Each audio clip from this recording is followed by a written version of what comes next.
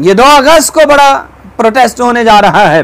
Supreme court पर बकायदा हमला कर दिया जाए कि चीफ जस्टिस उन्हें वहां से भागना पड़े जान बचाकर, दाखिले पर भी पाबंदी, ये वहां रह भी नहीं सकते। अस्सलामु अलैकुम रहमतुल्लाहि व बरकातुहू। नाज़रीन इकराम, आज इंतहाई अहम बात लेकर और एक ब्रेकिंग न्यूज़ लेकर आपकी बारगाह में हाजिर हुआ हूँ। अब आपसे गुजारिश है ये मुकम्मल बात सुनिएगा और चैनल को सब्सक्राइब भी ज़रूर कीजिए और लाइक भी ज़रूर कीजिएगा। गुफ्तगू ज़रूर लाजमी सुननी है। काज़ी फ़ायज़ ईसा के सर की कीमत जो है वो मुकर्रर की गई थी। अब उसकी कीमत मुकर्रर करने पर क्यों की गई वो पिछले क्लिप के अंदर मौजूद है तफसील, अब मैं तवालात नहीं करना चाहता। अब कीमत मुकर्रर की गई पीर से ज़हीरुल हसन शाह साहब की तरफ से। क्यों? इसलिए कि उन्होंने कादियानियों को सपोर्ट किया, कादियानियों को खुली छुट्टी दी, आईन पाकिस्तान के ख़िलाफ़ जाकर गलत तशरीह करके उलमा के बार बार मुतनब्बे करने के बावजूद, मुतवज्जे करने के बावजूद, दलाइल देने के बावजूद फिर भी ये किया गया। तो सर की कीमत मुकर्रर की उन्होंने और जो है इसका उन्होंने ऐलान किया। अब इसके ऊपर उनके खिलाफ जो है वो मुकदमा दायर कर दिया गया और आज यानी बरोज़ पीर को जो है उन्हें उकाड़ा से अरेस्ट भी कर लिया गया है। ये टिकर जो है वो आप साथ देख रहे हैं, ये जियो न्यूज़ वगैरह के ये वहाँ पर बाकायदा खबर चल चुकी है और इस पर प्रेस कॉन्फ्रेंसेस भी हो चुकी हैं। अता तारड़ की हो चुकी है, आसन इकबाल की हो चुकी है, ये नून लीगियों की कि हाँ जी ये गलत है, किसी जत्थे को इजाज़त नहीं दी जा सकती। ये आसन इकबाल ने कहा किसी शख्स या गिरोह या जत्थे को यह हक हासिल नहीं कि वो किसी के ईमान का फैसला करे। तो हज़रत फिर आपने करना है। अगर उलमा ने इस चीज़ का फैसला नहीं करना कि ईमान क्या है और कुफ्र क्या है, ईमान के मनाफी क्या चीज़ें हैं, तो क्या आपने करना है? जिसे कलमा भी सही पढ़ना नहीं आता या जिसे कुल वल्लाहु अहद भी सही नहीं आती, उलमा ने कुरान और हदीस के दलाइल के साथ इसका फैसला करना होता है। हम कहते किसी भी शख्स को, तो फिर किसको हासिल है? फिर इसका मतलब है जो मर्जी करता रहे, कहता रहे, उसे कुछ ना कहा जाएगा। कैसी बात कर रहे हैं? और फिर कहते फतवेबाजी का इस्लाम से कोई ताल्लुक नहीं। फतवे का इस्लाम से ताल्लुक नहीं तो किसका आपके साथ है?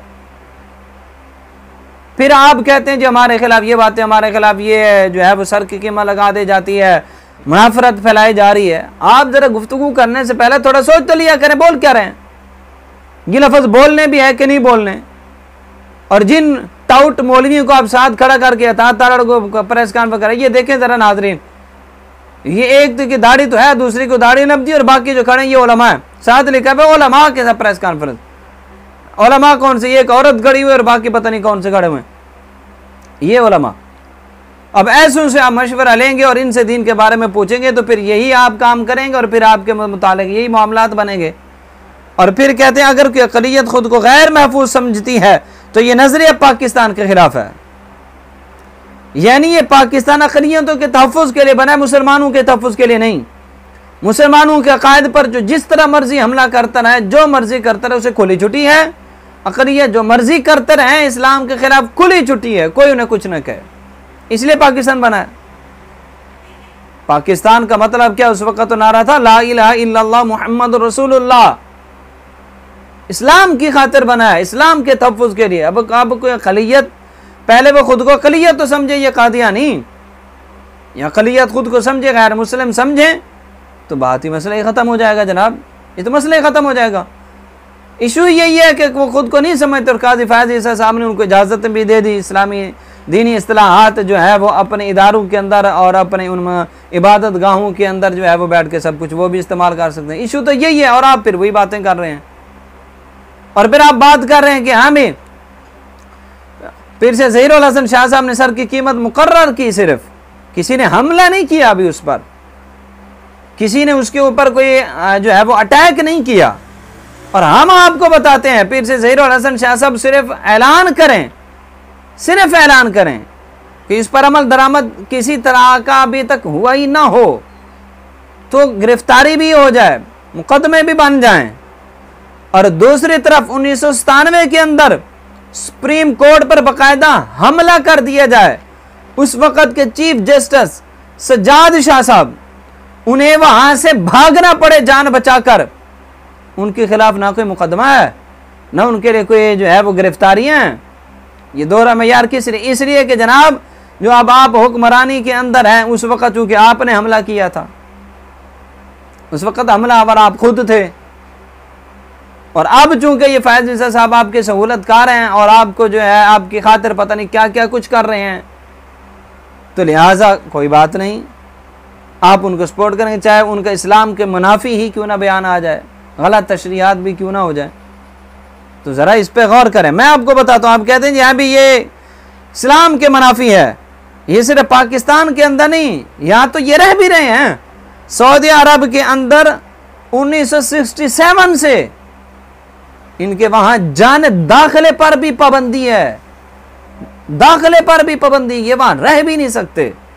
इसी तरह मिस्र के अंदर 1953 से वहां भी इनके ऊपर पाबंदी है, मलेशिया के अंदर पाबंदी है, मुल्क शाम में पाबंदी है, लेबनान में पाबंदी है, आज़ाद कश्मीर के अंदर पाबंदी है, इराक में पाबंदी है, इंडोनेशिया में पाबंदी है, पाकिस्तान के अंदर भी पाबंदी, अफगानिस्तान के अंदर, बांग्लादेश के अंदर पाबंदी, मॉरिशस के अंदर पाबंदी, इन सब में पाबंदी है। और जो है वो 2 अगस्त के बाद भी आपको बताना चाहता हूं, 2 अगस्त को भी एक बड़ा ऐलान हो गया है और बहुत बड़ा एहतजाज होने जा रहा है। 2 अगस्त को बहुत बड़ा काम होने जा रहा है। किबला इमाम जलाली ज़ीदा शर्फ हो की तरफ से यह ऐलान किया गया है, तरीक़ लब्बैक या रसूलल्लाह और तरीक़ सिरात मुस्तकीम की अपील पर इंशाअल्लाह 2 अगस्त बरोज़ जुमातुल मुबारक को सुप्रीम कोर्ट के कादियानियत नवाज फैसले के खिलाफ मुल्क भर में यौम एहतजाज मनाया जाएगा। अब पूरे मुल्क में यौम एहतजाज मनाया जाएगा इस जुमा को 2 अगस्त को। जुमातुल मुबारक के इज्तिमात में इस फैसले के बारे में मुज़म्मती करारदादें पेश की गई जाएंगी। फैसला के खतरनाक शिक्कों के बारे में और मुस्तकबिल पर इस फैसले के मुरतब होने वाले जहरीले असरात के बारे में आशिकान रसूल सल्लल्लाहु तआला अलैहि वसल्लम को मुत्तले किया जाएगा। और नमाज जुमा के बाद इस कादियानियत नवाज फैसले के खिलाफ एहतजाजी मुजाहरे और रैलियां निकाली जाएंगी। ये 2 अगस्त को बड़ा प्रोटेस्ट होने जा रहा है, इसमें भी शाकान रसूल सल्लल्लाहु अलैहि वसल्लम भरपूर शिरकत करें और ख़त्म नबूवत की खातिर अपने ईमानी जज्बात का इजहार करें। और हम पीर हुकूमत से कहना चाहते हैं, इदारों से कहना चाहते हैं, आपको पहले मुतवज्जे किया गया था कि ऐसी हरकत ना करें, चीफ साहब को समझाएं। अब उन्होंने हरकत की है तो वो वापस ले लें, इतनी सी बात है, वो अपना फैसला वापस, वो तशरीहात वापस ले लें कि गलती होगी, बस माफ़ी मांग लें। किससे मांगनी है माफ़ी? आशिकान रसूल से और अल्लाह और उसके रसूल से। इसमें कौन सी शर्मिंदगी वाली बात है? माफ़ी मांगे और जो है वो सारा मामला बिल्कुल ठंडा हो जाएगा। वरना इस तरह गिरफ्तारियों से क्या होगा? मुल्क के अंदर और ज़्यादा मुनाफरत फैलेगी और ज़्यादा तशद्दुद की फिजा बर्पा होगी, खाना जंगी तक छिड़ जाएगी। तो इसलिए ये पाकिस्तान इसका मुतहम्मिल नहीं है, लिहाजा ऐसा ना करें। बजाय इसके आप एक्शन लें, आप चीफ साहब को समझाएं, वो अपने ये तशरीह वापस ले लें।